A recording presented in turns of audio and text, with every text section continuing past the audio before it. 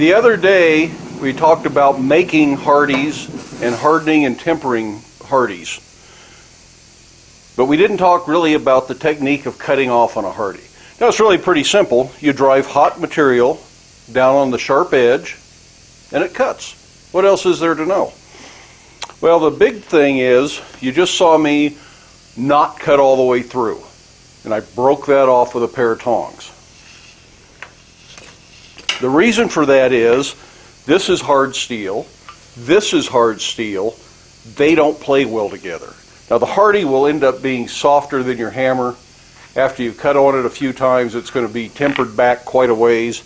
This is already turning a little bit of a temper color there just from cutting one piece on it. So it's not going to be just rock hard. This isn't like a woodworking tool hard or a knife hard or a file hard, anything like that.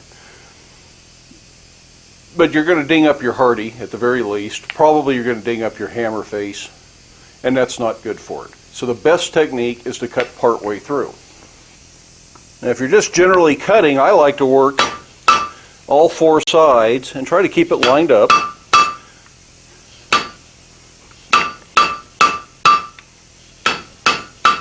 And that way you end up with a smaller section in the middle that's kind of centered instead of a big rag off to one side. And that's a pretty good way to go for most cutting. But sometimes it makes more sense to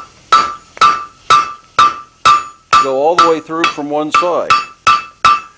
Again, don't cut all the way through.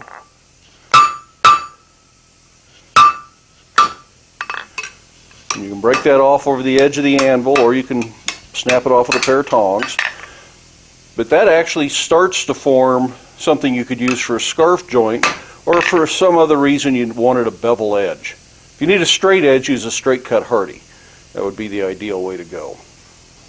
Now if you're worried about it and you're still not comfortable with the hardie and the steel hammer, you can just not harden your hardies. If they're made out of tough steel, they're still going to hold up just fine. You'll have to sharpen them more often, but they don't have to be hardened if you don't want to harden them. Or you can use a brass hammer.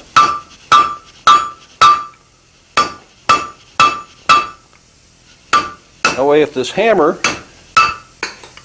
hits the hardie because you cut all the way through, you're marking up a brass hammer. It doesn't hurt your hardie a bit. And there's nothing wrong with that. Now, that last piece ended up clear over by my wood stove.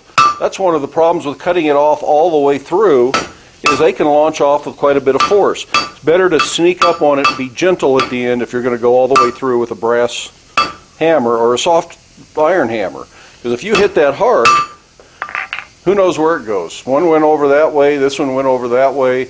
That could land in a pile of trash, because you should have cleaned the pile of trash up first. But if you didn't, that lands in some rags or leaves that blew into the shop. You can start a fire. It could end up, but maybe that's the piece you need. Now it's under your workbench and you got to get down on your hands and knees and fish it out. It's just a nuisance. So it's still better to break it off with a pair of tongs, or break it off gently at the edge of the anvil so you know where it went.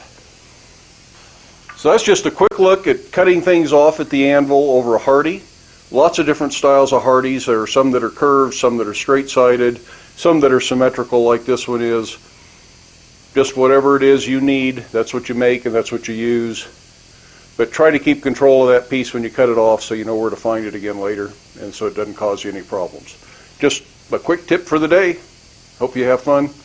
Be safe. Wear your safety glasses. We'll see you later.